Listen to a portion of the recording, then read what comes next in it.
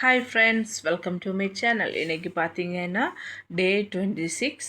நம்ம கோழி வளர்ப்பில் இன்றைக்கி 26ஆம் நாள் ஆயிடுச்சு. தென் நம்ம 3 வேக்சினேஷனும் கம்ப்ளீட் பண்ணிட்டோம். பட் வேக்சினேஷன் முடிஞ்சிட்டு அதுக்கப்புறம் இது வரைக்கும் நம்ம எந்த வித விட்டமின்ஸும் கோழிகளுக்கு கொடுக்கல. ஏன்னா இப்போ கோழிகள் கொஞ்சம் ஆக்டிவாக தான் இருக்குது, அதாவது ஹெல்த்தியாக தான் இருக்குது. ஸோ இப்போ விட்டமின்ஸ் தேவையில்லைன்னு சொல்லிட்டாங்க. தென் மொர்டாலிட்டி லெவல் ஏதாச்சும் இன்க்ரீஸ் ஆகிறதா இருந்தால் மட்டும் நமக்கு விட்டமின்ஸ் கொடுக்கலாம். தென் இப்போ கோழிகளும் கொஞ்சம் வெயிட் எல்லாமே இருக்குது. இனி நம்ம இந்த விட்டமின்ஸ் இதெல்லாம் கொடுக்கும்போது ஓவர் வெயிட் ஆகும். ஏன்னா இப்போவுமே நமக்கு ஸ்பேஸ் திகைய மாட்டேங்குது. அதனால என்ன பண்ணுவாங்கன்னா, இனி இந்த ஒரு 28 to ஒரு 30 வராது, 29 டேஸுக்குள்ளால் என்ன பண்ணணும்னா கொஞ்சம் கோழிகளை அவங்க எடுத்துடுவாங்க. ஏன்னா நமக்கு இனி கோழிகள் வெயிட்டு போடும்போது நிறைய ஸ்பேஸு தேவைப்படும். அப்போ ஒரு கோழி வெயிட்டு போட்டாலும் அப்போ இப்போ நமக்கு இருக்கிற 1400 சம்திங் கோழிகள் இருக்குது.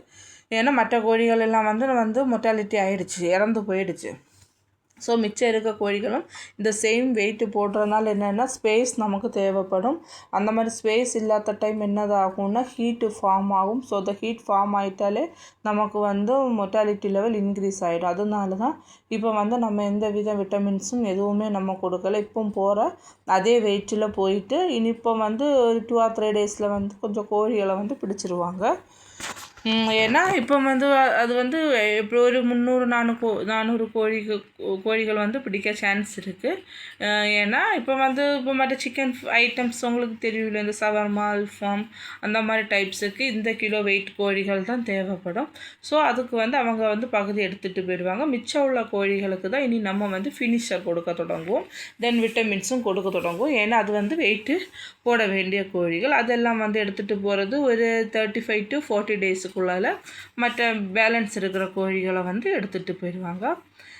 இப்போ பார்த்திங்கன்னா நமக்கு இன்றைக்கி மொர்டாலிட்டி லெவல் 1. நமக்கு இந்த கோழிகள் எடுத்துகிட்டு போகிறது வரைக்கும் மொர்டாலிட்டி வந்துகிட்டே தான் இருக்கும். அது ஒன்றும் பண்ண முடியாது. பட் மேக்ஸிமம் நம்ம கூடுதல் ஆகாமல் இருக்கிறதுக்கு தான் நம்ம ட்ரை பண்ணணும். தென் இன்றைக்கி பார்த்திங்கன்னா இங்கே நல்ல வெயிலாக இருக்குது. ஸோ அந்த வெயில் டைம் வந்துச்சுன்னா நமக்கு ஒரு டியூட்டி இருக்கும். என்னென்னா ஒரு மதியம் டைமில் அதாவது வெயில் டைம் ஒரு 12:30 to ஒரு 1:30 நல்ல வெயிலாக இருக்கும். ஸோ அந்த டைம் நம்ம என்ன பண்ணணும்னா கோழிகளை நம்ம செக் பண்ண வேண்டியதாக இருக்கும். ஏன்னா இந்த கோழிகள் மொர்டாலிட்டி லெவல் ஆக சான்ஸ் நிறைய இருக்கிறது அந்த மதியம் டைமில். ஏன்னா ஹீட்டு கோழிகளுக்கு எப்போவுமே சூடு ஒத்துக்காது. அந்த டைம் ஆகும்போது நம்ம என்ன பண்ணணும்னா மதியம் போல் கோழிகளை கொஞ்சம் மூவ் பண்ண வைக்கணும்.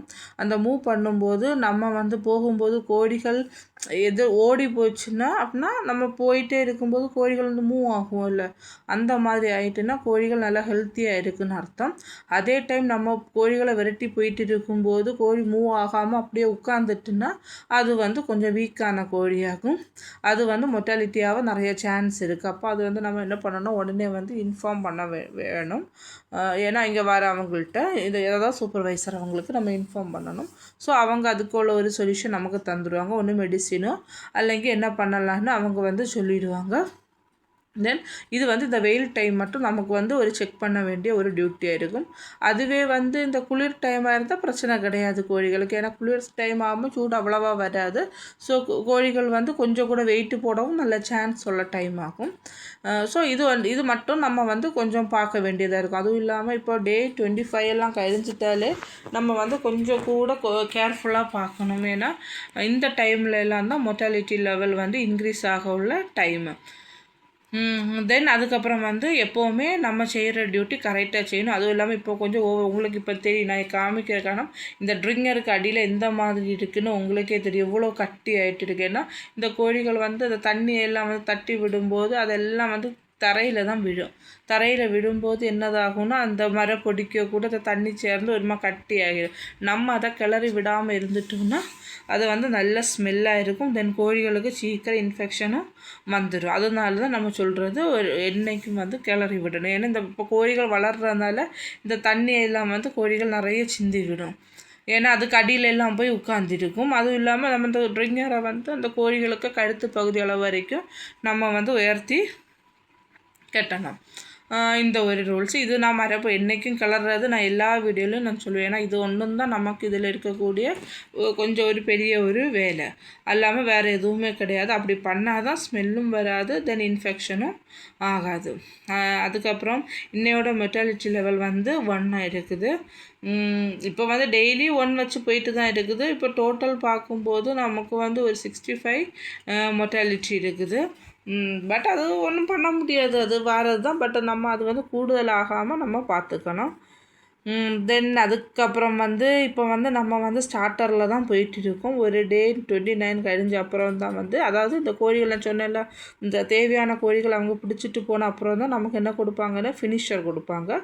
அதுக்கப்புறம் விட்டமின்ஸ் தேவைப்பட்டால் அதையும் நம்ம வந்து கொடுக்க ஸ்டார்ட் பண்ணிடுவோம். அப்புறம் வேறன்னு பார்த்திங்கன்னா, இந்த நான் சொன்னது போல் தான் இந்த கோழி இதில் வந்து நமக்கு வந்து இதாக 1 மந்த் எப்படி போச்சுன்னே நமக்கு தெரியலை. ஏன்னா நம்ம ஸ்டார்ட் பண்ணதுலேருந்து இன்றைக்கி 26 ஆகுது. ஸோ இந்த டே வந்து நமக்கு சீக்கிரம் போனது போல் தான் இருக்குது. அதாவது வேலை எதுவுமே நமக்கு இதில் இல்லை. இதுதான் நான் சொன்னது, ஏதாச்சும் நமக்கு வேலைகள் இல்லாதவங்களுக்கெல்லாம் வந்து இந்த மாதிரி சொந்த ஒரு பிஸ்னஸ் செய்கிறது நல்ல ஒரு லாபமுள்ள ஒரு பிஸ்னஸ் ஆகும். இந்த ஒரு கோழி ஃபார்ம் செய்கிறது, அதாவது ப்ராய்லர் ஃபார்ம் செய்கிறது நமக்கு வந்து ஈஸியான ஒன்றாகும். கொஞ்சம் ஒரு இடமோ இல்லைன்னா ஒரு லீஸுக்கு ஒரு இடம் எடுத்து நமக்கு 500லேருந்து அதுக்கு மேலே எவ்வளோ வேணுங்களும் கோழிகள் வந்து நமக்கு வந்து தாராளமாக வளர்க்கலாம். அது ஒரு மார்னிங் அண்ட் ஈவினிங் மட்டுமே செய்யக்கூடிய ஒரு விஷயம். அதுவும் இல்லாமல் நான் சொல்லியிருந்தேன், இந்த மரப்பொடி இப்போ எவ்வளோ இது தண்ணி எல்லாம் விழும்போது நான் தான் சொன்னேன், ஃபஸ்ட்டு நம்ம சிமெண்ட் தரையாக போடக்கூடாதுன்னு சொல்ல காரணமே இதுதான். இதெல்லாம் நான் வந்து இந்த ஷெட்டு போடுற அந்த வீடியோவிலேயே நான் எல்லாம் சொல்லியிருப்பேன். எப்போவுமே அடிப்பாக மண்ணை தட்டி தான் நம்ம போடணும். அதாவது தண்ணிகள் விழும்போது மணலாக இருக்கும்போது அது என்னென்னா தண்ணியை வந்து அப்சார்ப் பண்ணிடுது. இதுவே நம்ம அடிப்பாகம் சிமெண்ட் தர போட்டிருந்தோன்னா இந்த தண்ணிகளெல்லாம் அதிலே அப்படி கெட்டி இருக்கும்.